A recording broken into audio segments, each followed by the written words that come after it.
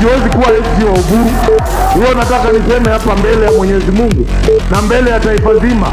I will not be the SG of mediocrity. Mwananchi, how are you doing? I hope you're doing fine. I'm also good. Now, on Friday, there were political activities in Nairobi. That is with regards to ODM. The ODM, the Linda Ground faction, as I usually call them, held the what is it called? SDC, Special Delegates Convention. Yeah.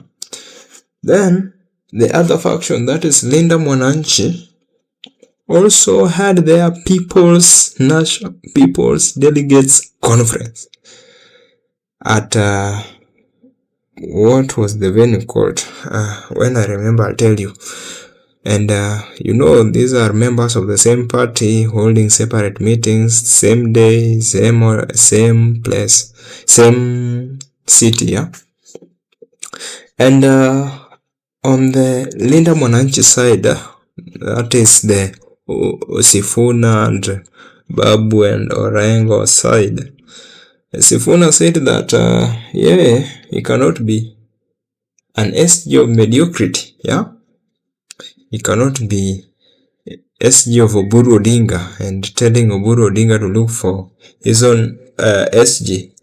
These are not just mere words. These are they might mean something. So you want to look at the all events of the Friday, the decisions of the political parties, tribunal, and all that.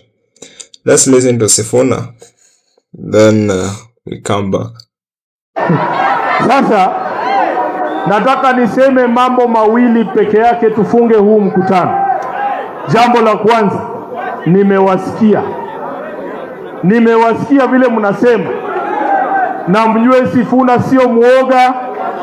Sifuna sio muoga.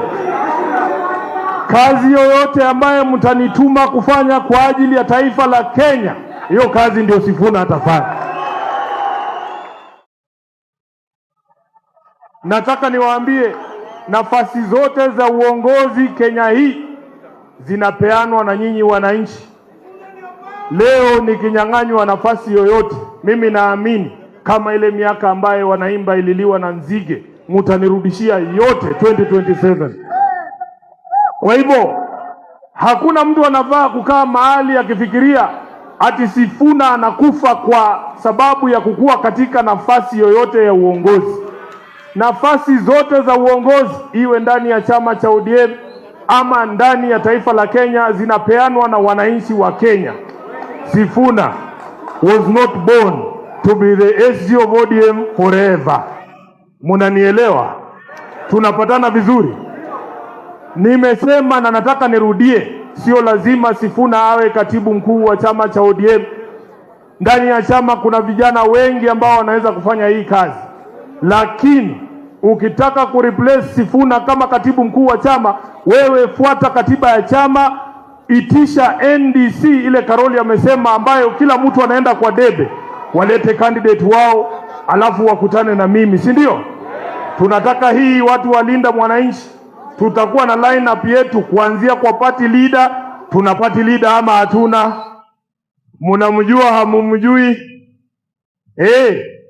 Tunataka nafasi ya mwenyekiti wa chama cha ODM. Pia watu walinda mwananchi, tuko na candidate wetu wa chairperson wa chama cha ODM. Tupatane na hawa wakora ambao wamechukua pesa ya William Ruto kuuza chama cha Mheshimiwa Baba Raila Amolo Odinga. Tuone ni nani atashinda. Hii ukora ambayo wanafanya Ngong Road ya kupeana nafasi kupitia mlango wa nyuma, hakuna mwanachama wa ODM ambaye anatambua ile vitu imefanyika kule Ngong Road. Mimi Sifuna nataka niwaambie hapa ufungamano leo. It has been the honor of my life. The honor of my life to be the SG of probably the greatest politician this country will ever see, Honorable Raila Amolo Odinga. Sasa nataka muniangalie vizuri. Munaniona vizuri? Yani mnataka kuniambia Naweza kuwa katibu mkuu wa ODM, katibu mkuu wa Raila Amolo Odinga miaka 8 vile mnaniona hivi, and then I become the SG of mediocrity. Mimi Oburu, tafuta SG wako. Mimi siwezi kuwa SG wa Oburu. Hiyo nataka niseme hapa mbele ya Mwenyezi Mungu na mbele ya taifa zima. I will not be the SG of mediocrity after Baba Raila Amolo Odinga. You characters don't deserve me. I will say this without fear or favor. Jambo la mwisho. Now, kama kawaida, we'll have to start with the story. So, now I want you to listen to this carefully. There was this family that decided to call a meeting to decide who owned the family land. But on the same day and at the same time, 2 meetings were held. One at the main house with the elders, another one at the shopping center with the youth. Both groups claimed sisi ndio family halisi. Now here's the madness. The elders had the title deed. The youth had the energy and the numbers. So who really owns the land? By evening, nothing was solved. But one thing became clear. The family was already split. Ladies and gentlemen, that right there is ODM right now. Let's look at this double conference drama. On Friday, the ODM officially stopped pretending to be one party because what we witnessed was not politics. It was a full-blown political divorce happening in real time. 2 meetings, same party, same day, different realities. The official side, as it is said, that is the Oburu's SDC. On one side, you have the Special Delegates Conference, led by Oburu Oginga as the party leader, Gladys Wanga as the chairperson, Simbarati as the deputy party leader, and Abdul Swamad Sharif Nasir, that is the governor of Mombasa, as the another deputy party leader. So this faction, let's call them leader ground as they purport to be, did what institutions do. Formal ratifications, that is for Oburu Oginga as the party leader, Gladys Wanga as the chairperson, national chairperson, and Simbarati as the deputy party leader, Abdul Swamad Sharif as the deputy party leader. They say so. Another thing they did is official positions and structured leadership. They essentially said, sisi ndio ODM ya system. Then let's look at this other side, the rebel side that was held at the Fungamano. Then across town at the Fungamano house, you had the Linda Mwananchi faction. And this faction is composed of leaders like Edwin Sifuna, Babu Owino, James Orengo, Geoffrey Osotsi, and Caleb Amisi. And as always, when government critics come together, there are some people that you can't miss, just like flies in the toilet. Police officers, presence ilikuwa mob. Why? Because this faction is openly anti-William Ruto and broad-based shenanigans. This wasn't just a meeting, it was a statement. ODM si ya serikali, ODM ni ya wananchi. Now, there's this silent war, if I may call it, but of course it is not. It is about legitimacy versus energy. Yes, the deep game most people are missing. This is not just about positions. It's about 2 different currencies of power. Oburu's camp, which has legitimacy.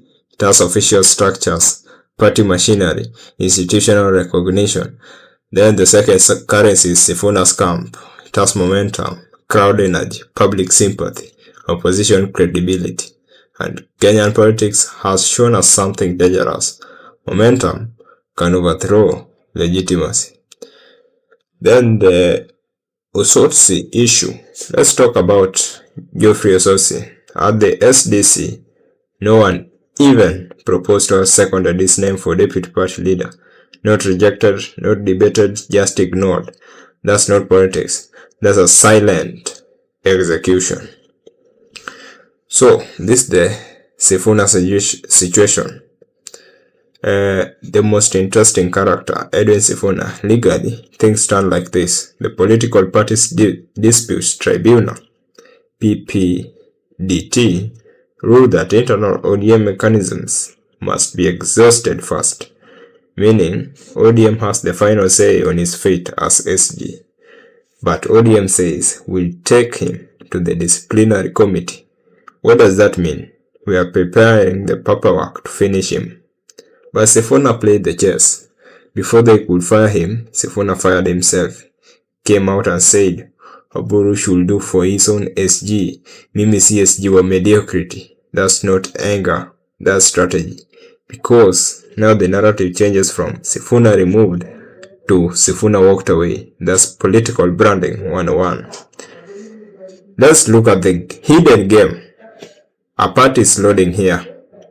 Now here's the deepest layer. There's growing belief that the Linda Mwananchi faction already has a party already, and I covered this in my previous video. And the clues are there.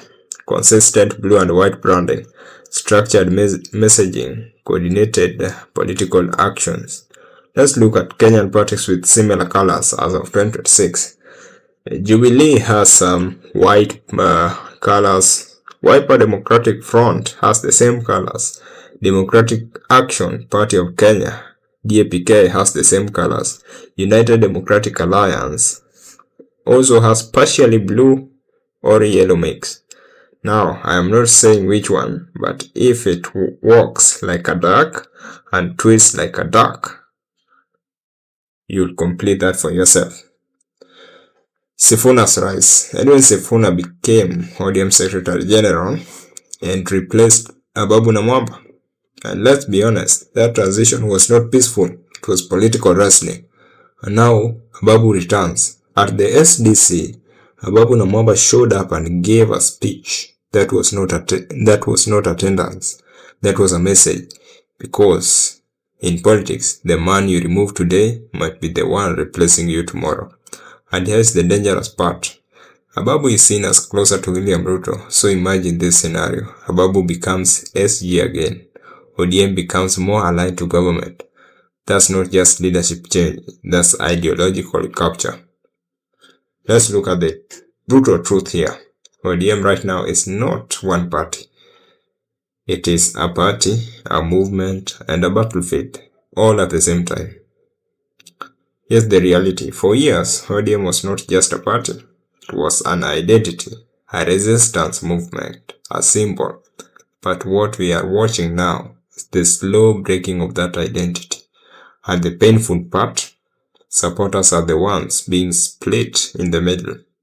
So that Sifuna is trying to take some ODM supporters and go with them as he will be joining that is new party. This is no longer about Sifuna, Oburu, or Rengo. This is about who controls the soul of ODM and whether ODM will survive as one party or die and be reborn under a different name.